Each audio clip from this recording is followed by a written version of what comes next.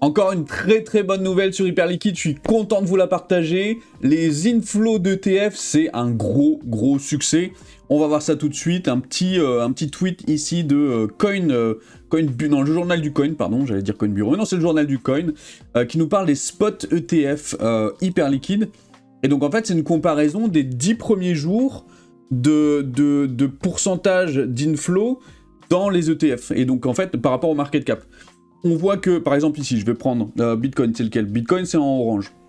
Bitcoin en orange ici, on voit que l'inflow des ETF a représenté 0,59% du total market cap au bout de 10 jours.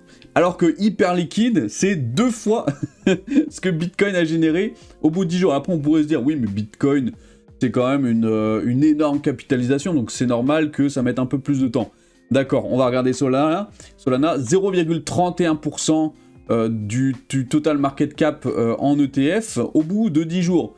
Eh bien, Hype, on est à 1,04%. Donc, Hype est en train d'exploser en termes d'inflow par rapport aux autres ETF. Hype a explosé, Solana, je suis désolé de le dire, j'hésitais à le dire, mais c'est là quoi, merde, je suis vraiment désolé, je voulais pas taper sur Solana aujourd'hui, j'étais pas dans cette humeur-là, mais on compare les choses, donc en fait, Hyperliquid donne plus envie que Solana, en tout cas dans les 10 premiers jours, il y a des raisons à ça. Comment Hype est en train de capter l'attention des institutionnels. Donc on a 21 Shares et Bitwise qui ont sorti chacun leur ETF. Après 10 jours seulement, donc ils ont 1,4%. Voilà, ici il met le comparatif, ce que je vous ai expliqué. Pendant ce temps, le token Hype continue sa dynamique. Un ATH à 65$ le 26 mai, donc ça c'était hier. Plus 220% depuis janvier, ça je vous en ai pas mal parlé, plus 60% en 15 jours. Top 11 sur CoinMarketCap, et ça c'est génial, je suis trop content, il va atteindre le top 10. Ça, je l'avais prévu, je suis très content. Je pensais que ça mettrait plus de temps, par contre. Je pensais pas qu'on aurait un push, là. En fait, là où je suis étonné, je savais très bien que Hyperliquid allait avoir ce succès-là. C'était évident, j'en ai parlé beaucoup, il y a tous les arguments qui sont là. Par contre, que Hyperliquid soit un gros succès pendant que tout le reste du marché se prend des claques, là, j'avoue, je suis quand même un peu étonné. Étonné, oui et non. Disons que je m'attendais à quelque chose qui suit un petit peu le marché.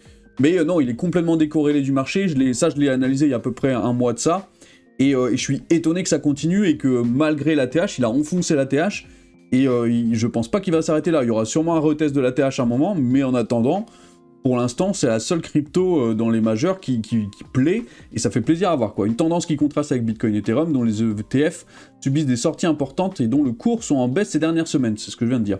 Donc moins 7% sur les BTC en ETF, et moins 10% sur ETH. Mais alors pourquoi les institutionnels s'intéressent-ils autant à Hyperliquid et son Hype? C'est devenu le leader du trading perpétuel on-chain, et le Hype en bénéficie directement, effectivement. Volume massif, interface intuitive, elle est excellente l'interface. Intégration de la finance traditionnelle, revenus réels générés par le protocole, mécanisme de buyback du Hype. Les institutionnels ne parient pas seulement sur un token qui monte, ils misent sur l'infrastructure du trading de nouvelle génération.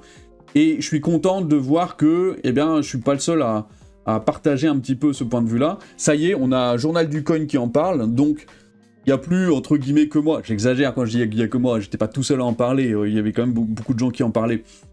Mais on n'était pas beaucoup d'influenceurs à mettre le point sur Hyperliquid en janvier, en février. Moi j'ai commencé les vidéos en février, je savais déjà qu'à l'époque, avant de reprendre les vidéos, que Hyperliquid, il y avait quelque chose à faire. J'ai pas fait de vidéo parce que je faisais pas de vidéo à l'époque, mais en tout cas, on n'était pas nombreux à vraiment appuyer dessus, parce que tout le monde s'attendait un petit peu à ce qu'il y ait des cryptos évidentes qui sortent du lot à ce moment-là. Des Solana, on pensait vraiment, il y a beaucoup de gens qui pensaient que Solana allait redécoller peut-être avant le reste du marché. Il y avait des gens qui pensaient que peut-être ce serait Ethereum ou d'autres cryptos. Et ben non, c'est Hyperliquid, parce que Hyperliquid propose vraiment quelque chose que les autres ne proposent pas.